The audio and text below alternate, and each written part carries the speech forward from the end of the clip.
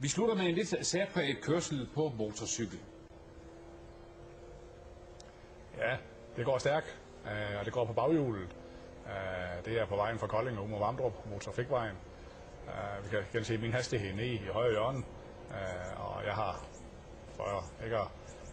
har meget svært ved at følge med den motorcykel.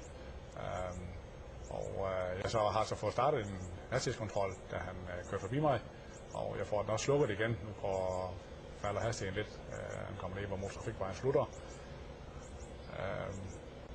180 bliver gennemsnitshastigheden på de der omkring 1,5 kilometer, hvor der er 90 km begrænsning.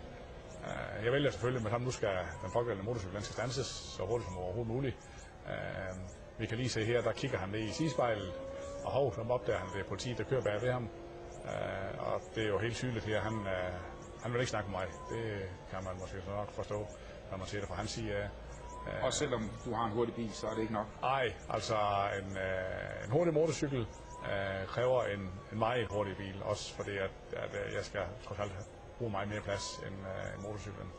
Så jeg kører et stykke tid efter ham, for det kunne jo være, at den dårlige samvittighed kom op i ham, og han så gav op. For han er ikke i tvivl om, at politiet vil snakke med ham. Men, og igen ud over spærrefladerne? Ja, der kører jeg så også både med blink og med horn på herfor, og det er simpelthen nødvendigt, når man kører med den hastighed. Men her kan vi se, der er helt ned under 100 km i timen, og han er væk. Altså, det er der ikke noget at gøre ved, og jeg vælger så også at sige, at det var det. Jeg har fået aflæst hans registreringsnummer, så der er altid mulighed for at... Der giver du simpelthen op? Der giver jeg simpelthen op, jo. Ja. Altså, det er ikke den sag værd ligesom at sætte på mit eget andres liv og helbred på spil. Så. Fik du nogensinde fat i ham? Nej, jeg fik ikke fat i ham, der kørte den. Jeg fik selvfølgelig fat i ham, der ejede motorcyklen, og det var en motorcykel, der var til salg. Og det var en mulig kunde, der var ude at køre en tur på den, og han havde kontrolleret kørekortet, men havde selvfølgelig ikke skrevet ned, hvem det var, så det førte aldrig til noget.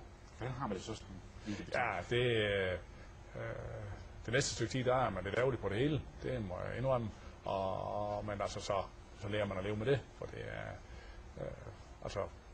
det er der ikke nok at ved, altså selvom det er irriterende, men det er ikke nok at ved det.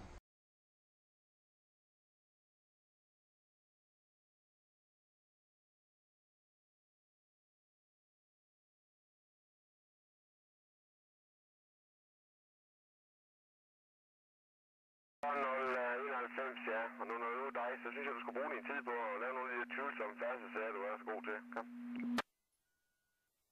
0091, ja, og nu når du er dig, så synes jeg, du skal bruge din tid på at lave nogle af de tvivlsomme færdselssager, du er så god til. Kom.